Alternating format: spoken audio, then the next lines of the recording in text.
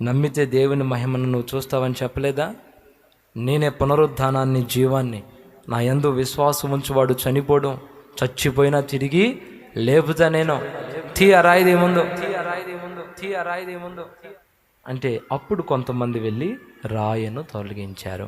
అప్పుడు ఇక్కడుండి పలుకుతున్నాడు, లాజరు బయటికి రా,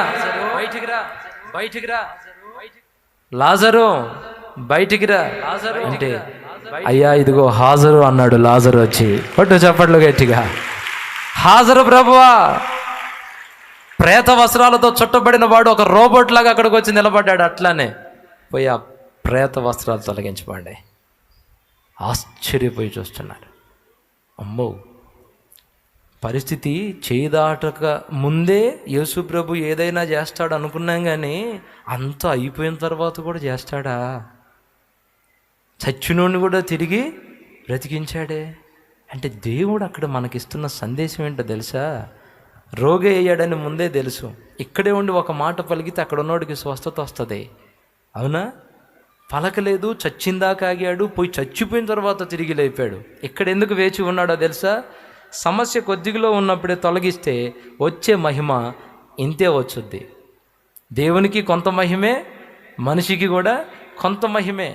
అదే పరిస్థితి చేదాటిపోయింది, ఇంకా ఎవ్వడు బాగు చేయలేడు.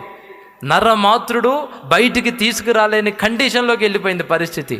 ఆ టైంలో దేవుడు జోక్యం చేసుకొని ఒక్క మాటతో పిలిస్తే చచ్చినోడు బ్రతికి వచ్చాడు. దేవునికి మహిమ ఘనత వచ్చింది. చచ్చిపోయి బ్రతికిన లాజరు చరిత్ర ఈరోజు మనం 1000 సంవత్సరాల తర్వాత మాట్లాడుకుంటున్నాం.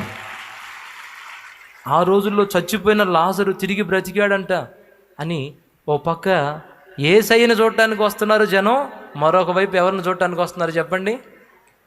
ఎవరిని? విడిగా రోగంలో ఉన్నప్పుడు, మంచంలో ఉన్నప్పుడు బాగు చేస్తే అంత చరిత్ర ఉండేదా? ఈరోజు మనం గొప్పగా మాట్లాడుకునే వాళ్ళమా? దాని ద్వారా దేవునికి మహిమ వచ్చింది. అంటే కండిషన్ చేదాటిపోయేంత వరకు కొన్నిసార్లు ఎదురుగా వేచి ఉంటాడండి దేవుడు.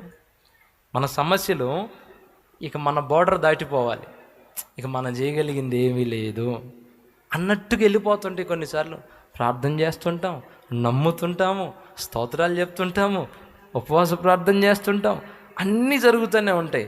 కానీ కండిషన్ అంతకంతకు మితిమీరిపోతూ ఉంటుంది. అప్పులు కుప్పలై కూర్చుంటాయి, నొప్పులు పెరిగిపోతూ ఉంటాయి. మొత్తానికి అయిపోయింది, మొత్తానికి ఏదో మూడింది, నాకు ప్రార్థనలు కూడా పని చేయట్లా, ఏదో అయిపోయింది అన్నట్టుగానే ఉంటుంది. దేవుడు అంటాడు అయిపోయిన తర్వాత నేను వస్తాను లైన్లోకి. నేను వచ్చానంటే కథ అప్పుడు స్టార్ట్ అవుతుంది మరొక మలుపుతో. మొత్తం అయిపోయినాయి. నీ జీవితంలో ఏ విషయంలో నీ చేదాటిపోయిందో, నీ జీవితం ఏ విషయంలో బ్యాలెన్స్ తప్పావో నాకు తెలీదు. దేవుడు అంటున్నాడు, ఏం భయపడు మాకు, ఓ చరిత్ర సృష్టించబోతున్నాను నీ ద్వారా, ఒక గొప్ప కార్యం చేయబోతున్నాను నీ ద్వారా. సమస్యలు చుట్టుముట్టేస్తున్నాయా? చుట్టుముట్టేని వాళ్ళ కళ్ళ ముందు నిన్ను గనపరుస్తాను, నేను వాళ్ళ ఎదుట నిన్ను ఎత్తిపడుతాను. అందరూ అనుకోవాలి, ఏమన్నా తెలుసా, వీడి పని అయిపోయిందిరా, ఇక నాశనం అయిపోయారా అని అనుకోవాలి. ఇది కూడా కొంతమంది జీవితంలోనే సుమా, అందరి జీవితంలో కాదు. ఇంక మళ్ళీ ప్రార్థన మానుకొని ఇందాక చెప్పిన పాయింట్ పక్కన పెట్టి ఎప్పుడెప్పుడు నాశనం వచ్చిద్దా, ఎప్పుడెప్పుడు పెట్టి వచ్చిద్దా, అది కాదు. ఇది కొంతమందికి సంబంధించిందే. అర్థమవుతుందా? కొంతమంది విశ్వాసం బాగానే ఉంటుంది, కానీ పరిస్థితి చేదాటిపోతుంటుంది. దానికి కారణం ఇది, కండిషను చేదాటిపోతుంది. బాధపడ మాకు. వయసు అయిపోతుంది, పిల్ల అవ్వట్లేదు, వయసు అయిపోతుంది, బాధపడ మాకు. నా దగ్గరికి చాలామంది ప్రార్థన చేయించుకోవడానికి వచ్చినప్పుడు ఒక మాట అంటుంటారు, చాలా సంబంధాలు వస్తున్నాయి పోతున్నాయి అయ్యా, అబ్బాయికి సంబంధాలు వస్తున్నాయి పోతున్నాయి, అమ్మాయికి సంబంధాలు వస్తున్నాయి పోతున్నాయి. నేనంటాను ఒకటే మాట, పోయిన సంబంధం, క్యాన్సిల్ అయిపోయిన ప్రతి ఒక్క సంబంధం, ఎవరు ఏమొక సెట్ గారు, ఎవరో ఉన్నారు కాబట్టి అన్నీ ఫెయిల్ అవుతున్నాయి. బాధపడటం ఎందుకు? ఎవడో ఒకడు కావాలా, ఒక మంచి అద్భుతమైన జీవిత భాగస్వామి కావాలా చెప్పండి? ఎవరో ఒకళ్ళు, ఏదో ఒకటి చిన్న చితక ఏదో అలా బ్రతికేస్తామంటారా? లేదు కొంచెం లేట్ అయినా లేటెస్ట్గా కావాలంటారా? ఆశీర్వాదకరంగా కావాలంటారా? చెప్పండి, ఏమంటారు? ఇంకా వేచి ఉండలేం కానీ ఏదో ఒకటి చేసి పెట్టమనయ్యా. ఈ ఇస్సాకు దగ్గర అబ్రహాం అంటాడు, ఇస్సాకు పుట్టట్లేదని హాగర్ని చేసుకుని ఇష్మాయిల్ని అన్నాడుగా. దేవుడు అంటాడు, నేను నీకు ఇస్సాకుని ఇస్తాను, శారా ద్వారా ఇస్తానంటే ఏనంటాడు, ఇష్మాయిల్ని బ్రతికిచ్చయ్యా, ఇష్మాయిల్ బాగుండాలయ్యా. ఇష్మాయిల్ అంటావు, ఇష్మాయిల్ కాదు, ఇస్సాకుని పోతున్నా. సర్లే ప్రభా, జరిగేది ఎప్పుడో జరిగింది, ముందు ఇది ఇది ఇది కాసి బాగుండాలి ప్రభా, సెట్ చేయ ప్రభా, ఇది బాగుండాలి. మీరేమంటారు చెప్పండి? మాకు ఆశీర్వాదమే కావాలి. కొంచెం లేట్ అయినా, కొంచెం సిచ్యువేషను మితిమీరిపోయి కొంచెం ఇబ్బందికరమైన పరిస్థితులైనా మంచి జీవితం మాకు కావాలి అనేవాళ్ళు చేతులు ఎత్తి స్తోత్రం చెప్తారా? కొంచెం ఓపిక పట్టండి. అట్లయితే కొంచెం తాలుకోండి, ఓర్పుగా ఉండండి. లేట్ అయినా మంచి జీవితాన్ని ప్రభు ఇస్తాడు, మంచి జీవిత భాగస్వామిని ఇస్తాడు, మంచి బిడ్డని ఇస్తాడు, మంచి ఉద్యోగం ఇస్తాడు. అన్నీ సెట్ అవుతాయి. సమస్యలు, ఇబ్బందులు మితిమీరిపోయినా ఓపికగా ప్రభువు మీద నమ్మకం పెట్టుకొంచాడు. భక్త సింగ్ గారి జీవితంలో ఒక సాక్ష్యాన్ని నేను విన్నాను. ఆయన చెన్నైలో సువార్త కూడికలు పెడుతున్నాడంట. ప్రతి సంవత్సరం జరుగుతున్నాయి, ప్రజలు తండోపతండాలుగా వస్తున్నారు. ప్రతి సంవత్సరం కూటాలు బాగా జరుగుతున్నాయి. ఆ సంవత్సరం కూడా కూటాలు ఏర్పాటు చేయాలి. అయితే ఆ సంవత్సరం ఆ ప్రాంతంలో కరువు ఏలుబడి చేస్తుంది. కరువు వచ్చేసింది, పరిస్థితి చేదాటిపోయింది. ప్రభుత్వమే అక్కడున్న ప్రజలకి ఒక 5 కేజీలు 10 కేజీలు బియ్యం సరఫరా చేస్తున్న రోజులు అంటవి. ఇప్పుడు మనం ఎంతమందికి కోటాలు ఏర్పాటు చేసి ఎంతమందికి భోజనం పెట్టాలంటే ప్రజల దగ్గరే లేదు. కాబట్టి మనం వాళ్ళు తెచ్చి ఇచ్చేది లేదు, మనం కోటాలు పెట్టి వండి వాళ్ళకి ఆహారం పెట్టేది లేదు. అయ్యగారు, భోజనాలు ఆపేద్దాం అయ్యగారు.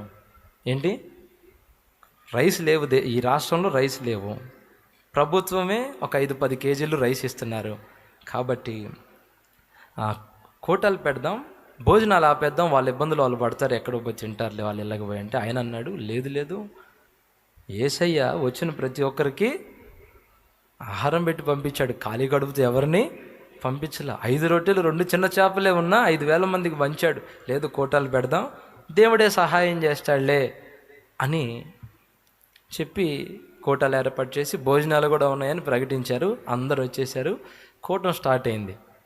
అయ్యగారేమో వచ్చి ప్రార్థనలో ఉన్నాడు, పాటలు పాడి నడిపించే వాళ్ళు నడిపిస్తున్నారు. ఈలోపు అక్కడ వంట వండే పరిచారకులు వచ్చి, రైస్ ఎవరు తేలేదండి, అందరూ వట్టి చేతులతో వస్తున్నారు, మరేమో అంతా రెడీ అయ్యింది, ఇక రైస్ ఉంటే మనం ఇంకా ఎసురుగాగబెట్టి ఇక అన్నం వండడమే అంటే ఆయన అన్నాడంటే, పోయి ప్రార్థన చేయండి, నేను ప్రార్థన చేస్తాను అన్నాడంట. సరే, ఈయన ప్రార్థనలో ఉన్నాడు, వాళ్ళు ప్రార్థనలో ఉన్నారు, పాటలు అయిపోతున్నాయి, ఇంకా వాక్యానికి వెళ్ళబోతున్నాడు. మళ్ళా వచ్చారు వాళ్ళు, అయ్యగారు ఒక్క సంచి బియ్యం కూడా రాలేదు అయ్యగారు, 10 కేజీల బియ్యం కూడా రావట్లేదు అయ్యగారు, అందరూ వడ్డీ చేతులతోనే వస్తున్నారు అయ్యగారు.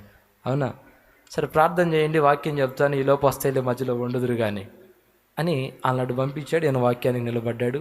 అలా గేట్కి వెళ్ళేసి వస్తున్నారు, ఎవరైనా వస్తా ఒక లారీ బియ్యం కట్టలు తెస్తారేమో అని. ఎవరు ఇచ్చే పరిస్థితి లేదు, ఇప్పుడు ఒక్కొక్కరు తెచ్చే పరిస్థితి లేదు, రావాల్సిన వాళ్ళందరూ వచ్చేసారు. అంతా చేదాటిపోయింది. వాక్యం చెప్తున్నాడు, టైం గడుస్తుంది. చిన్నగా ముగింపుకు వస్తున్నాడు. అప్పటిదాకా కూడా గింజ మెతుకులేదు. మళ్ళా వచ్చి దూరం నుంచి, అయ్యగారు ఏమీ లేవు, ఈరోజు భోజనాలు లేవని ఇంటికి పంపించేసేయండి, ఎవరు తేలా రైసు, ఏం వండలేం మేము, మీరు కూటమి అయిపోయిన తర్వాత ఆశీర్వాదం చేసి వెళ్ళిపోండి అని చెప్పండి అయ్యగారు అని అన్నారంట. వాళ్ళు వచ్చి స్తోత్రం చెప్పండి, ఒకసారి గట్టిగా చెప్పండి అంటే ఆయన అన్నాడంట, ఇంకా ఆశీర్వాద ప్రార్థన అవ్వలేదుగా, అప్పుడు ఎందుకు మీరు తొందరపడతారు? తొందరపడటమా, ఇప్పుడు వాళ్ళు తెచ్చిన వండే పరిస్థితి కాదయ్యా, మళ్ళీ 1 గంట 2 గంటలు వాళ్ళు కూర్చోవాలి, పంపిస్తే పోద్ది కదా, నేను ప్రార్థన చేస్తాను, మీరు కూడా ప్రార్థన చేస్తా, వేచి ఉండండి. ముగింపుకు వచ్చేసిందండి. ఇప్పుడు మన దగ్గర భోజనాలు జరుగుతున్నాయా? రైస్ వండారా? ఎవరు లేరు ఇక్కడ, పరిచారకులు వండారా? ముందే అయిపోయినాయా? ఉదయం నుంచి వండడం మొదలు పెడితే ఇప్పుడు అయినాయి. చివరిలో వండాలంటే కష్టమే కదా, అవునా? మొన్న ఒక కామెడీ జరిగింది. మొన్న ఏదో కూటమి వచ్చింది, 3 రోజుల కూటంలో చివరి రోజు భోజనాలు పెట్టాం కదండి. కుర్మా, పలావ్ కుర్మానా మీరు తినింది? అదే అనుకుంటున్నాను, మరి గుర్తులేదు. కూటమి అయిపోయిన తర్వాత భోజనాలు ఉండే తినండి అంటే అందరు కూర్చున్నారా? అన్నం వెళ్ళిపోయాడా? వడ్డించే వాళ్ళు వడ్డిస్తున్నారా? చిన్నగా లేట్ అవుతుందా? అన్నం చాలా వండారు, 1000 మందికి. లేట్ అవుతుందని తినకుండా పోతే మళ్ళీ మిగిలిపోతే ఇబ్బంది అయిద్దని నేను ఎక్కడే ఉండి కూర్చోండి, తినండి, ఆగండి అని ఆ మాట ఈ మాట చెప్తా ఎవరిని వెళ్ళనీయకుండా లెగిస్తే కాల్చివేత అన్నట్టుగా లెగిస్తుంటే అదిగో ఆశీర్వాదం వచ్చే టైంలోనే అట్లా లేచిపోతుంటారు మీరు. ఉండండి వస్తుంది అన్నం అని ఎట్లా చెప్తా అందరిని కూర్చోబెట్టి అట్లా రూమ్లోకి పోయాను. 2-3 బంతులు అయిపోయినాయి, అటు నుంచి పెట్టుకుంటూ వచ్చారు. ఇక్కడ దాకా వచ్చిన తర్వాత ఇటు కూడా కూర్చొని ఉన్నారు. వాళ్ళు లెగుస్తామంటే నేను లెగవనివ్వాల వాళ్ళని. ఇంటికి పోయి తింటాం బాబు అంటే, ఇంటికాడ తింటాం కాదు, ఇక్కడ తింటే ఆశీర్వాదం, రోజు తింటావాలి ఇక్కడ కూర్చో అన్నా నేను. ఎందుకున్నాడు పోవచ్చుగా, మా తిప్పలు మేము పడతాం. మరి ఏమనుకున్నారు నాకు తెలియదు. వాళ్ళు అంతా వెళ్ళిపోయిన తర్వాత లోపలికి ఒక అన్న వచ్చాడు. అన్న తింటున్నారా అంటే, సాంబార్ అయిపోయినాయి అంటయ్యా అన్నాడు, రైస్ అయిపోయినాయి అంటయ్యా అన్నాడు. వాళ్ళు ఏమనుకుంటారు? ఇందాక మాట్లాడి పిలవండి అయ్యా, కాస్త 2 మాటలు మాట్లాడిపోతాం అంటారేమో. ఎందుకంటే వండుతున్నారంట, ఒక అరగంట పట్టిద్దంట అన్నాడు. అబ్బా నాయన, అయిపోయాను ఈరోజు. అసలుకే ఆకలి మంటలు ఏమనుకుంటారో కూడా అర్థం కాదు. నిజం చెప్పండి, అవునా? తర్వాత కనుక్కుంటే అయిపోలేదు, తప్పుడు సమాచారం వచ్చింది, లైన్లో ఉన్నాయి అంట అన్నారు. అమ్మయ్య దేవా నీకు స్తోత్రం ప్రభువా. మీరు సప్పట్లు ఎందుకు కొట్టారో నాకు అర్థం కాల. గట్టిగా స్తోత్రం చెప్పండి. అంటే ఇందాకటి దాకా ఆగారు, గంట సేపు నుంచి కూర్చున్నారు, ఇంకొక అరగంట 30 గంట కూర్చోవాలంటే ఆకలి మంట మీద ఇక మామూలుగా ఉండదు. పాపం అల్లాడుతారు కదా అని నేను ఆలోచించా. పాపం అక్కడున్న పరిచారకుల పరిస్థితి కూడా అదే. ఆయన అంటాడు, భక్త సింగ్ గారు, ఇంకా ఆశీర్వాదం ఇవ్వలేదు కదా, అలా ఉండనివ్వండి, ముగింపులో చూద్దాంలే అంటాడు. ఇంక ముగింపు ఏముంది, వాళ్ళు ఏమనుకుంటున్నారంటే ఆశీర్వాద ప్రార్థన చేసి పంపిస్తాడులే, లేకపోతే ఆయన ఏం చేస్తాడులే అని ఓ పక్కన నిలబడ్డారు. ఈయన అందరిని నిలవబెట్టి ఆశీర్వాద ప్రార్థన చేసి యేసు రక్తమే జయం ఆమేన్ అనబోయేసరికి ఆ గేటు దగ్గర నుంచి ఒక అతను పరిగెత్తుకుంటూ బలిపీఠం దగ్గరికి వచ్చి సమాచారం చెప్పాడు. ఏంటి ఆ సమాచారం అని ఆయనకు అందించారు. ఏంటో తెలుసా? అయ్యా, ఇక్కడ పక్కనే ఒక పెద్ద అధికారి ఒక ఫంక్షన్ పెట్టుకున్నాడంట, అది కొన్ని కారణాలను బట్టి క్యాన్సిల్ అయింది. ఒక పెద్ద లారీలో అక్కడ వండిన ఆహారం అంతా ఇక్కడికి పంపించారయ్యా. మన దగ్గర కోటాలు జరుగుతున్నాయని ఎవరో చెప్పారంట, అన్నీ తీసుకెళ్ళి బయట పారేయండిరా అంటే ఎవరో చెప్పారంట, అయ్యగారు ఇక్కడ కోటాలు జరుగుతున్నాయి, యేసు ప్రభు కోటాలు, అక్కడికి పంపిద్దాం వాళ్ళు తింటారంటే, సార్ తీసుకెళ్ళి ఇవ్వపోండిరా అన్నాడంట. ఈయన ఆశీర్వాద ప్రార్థన చేసి అందరూ కూర్చోండి. ఆలస్యం అయింది. మామూలుగా అయితే సాంబారు వైట్ రైసు, ఇప్పుడు ఏమొచ్చిందో తెలుసా? పలావు చికెను. దేవునికి మహిమ కలుగును గాక. వేడి వేడి, స్వీటు హాటు, ఏం కావాలంటే అది. అలా చెప్పాడంట, నేను నమ్ముకున్నవాడు సామాన్యుడు కాదు, సర్వశక్తి కలిగిన వాడు, ఆఖరి నిమిషంలో అద్భుతము చేయగలిగిన వాడు, నేను ఆరాధించే దేవుడు, సర్వశక్తి కలిగిన వాడు. ఆయనతో ఎన్ని సంవత్సరాల ఈ అనుభవంలో ఆయన ఏంటో, ఆయన కార్యాలేంటో నాకు తెలుసు, మీకేం తెలుసు? ముగించు పంపించంటే ఆ లారీ ఎక్కడికి రాదు, వచ్చిద్ది. అయిపోయిన కోటాలు భోజనాలు లేవని అయ్యగారు పంపించాడంటే ఇంకో దగ్గరికి వెళ్ళిద్ది. అదే చెప్తలా, రావటం తిరిగి పోవటం. చివరిదాకా ఆలస్యమై అప్పుడు ఓ పెద్ద లారీ వస్తే అక్కడున్న విశ్వాసుల విశ్వాసం బలం పొందింది. మీ జీవితంలో కూడా అంత చివరికి వచ్చేస్తుందా? టైం అయిపోతుంది అన్నట్లుగా ఉందా? లేట్ అయిపోతుంది అన్నట్లుగా ఉందా? దాటిపోయింది, చేయి దాటిపోయింది, ఇంక దేవుడు కూడా ఏం చేయలేడు అన్నట్టుందా? బాధపడమాకండి. మనుషుల చేయి దాటొచ్చు, డాక్టర్ల చేయి దాటొచ్చు, ఇంకా ఎవ్వరి చేయి దాటినా జీవము కలిగిన దేవుని చెయ్యి దాటి నీ జీవితము పోదు, నీ బిడ్డల జీవితము పోదు, నీ కుటుంబ వ్యవస్థ ఆయన చెయ్యి దాటి బయటికి పోదు. ఆయన అగ్ని కంచెతో నిన్ను కాపాడుకుంటాడు. పలుకుతాడు ఒక మాట, ఆలస్యం ఎందుకంటే అధిక మహిమ కోసం. దేనికోసం? అధిక మహిమ కోసం. మన నరసరావుపేటలో అన్న చెబుతున్నాడు, అయ్యా నాకు ప్రార్థనా తోట ఇవ్వు ప్రభా, 1 ఎకరం ప్లేస్ ఇవ్వు, ఆ ప్లేసులో బిడ్డలందరూ ప్రార్థన చేసుకోవడానికి మంచిగా గార్డెన్ ఏర్పాటు చేస్తానయ్యా, నాకు 1 ఎకరం ఇవ్వయ్యా అని ఒక స్థలాన్ని అనుకున్నాడంట మనసులో. నమ్మాడంట. నమ్మి ఆ స్థలంలోనికి వెళ్ళి రోజు తిరుగుతూ ప్రార్థన చేస్తున్నాడంట. నేను నమ్ముతున్నాను, నడుస్తున్నాను, నాకు 1 ఎకరం ఇవ్వని నమ్మాడు, ప్రార్థన చేశాడు. చివరికి ఆ 1 ఎకరం దేవుడు ఇవ్వలేదంట. మరి ఏ స్థలమో నాకు తెలియదు, అన్న చెప్పాడు. ఓ స్థలాన్ని పెట్టుకొని తిరిగాడంట, పోయి రహస్యంగా ప్రార్థన చేసి వచ్చాడు. ఇది ఇవ్వు ప్రభా, నాకు 1 ఎకరం ఇవ్వు, బిడ్డలు ప్రార్థన చేసుకోవాలని తిరిగితే తిరిగి తిరిగి తిరిగి సాలిపోయింది. అది మనకు రాలా, వేరే వాళ్ళు కొన్నారు. ఇంక అన్న కూర్చొని, ప్రభా 1 ఎకరం ఇవ్వమంటే నేను నమ్మానుగా, విశ్వాసం ఉంచానుగా, 1 ఎకరం అది నా కోసమా?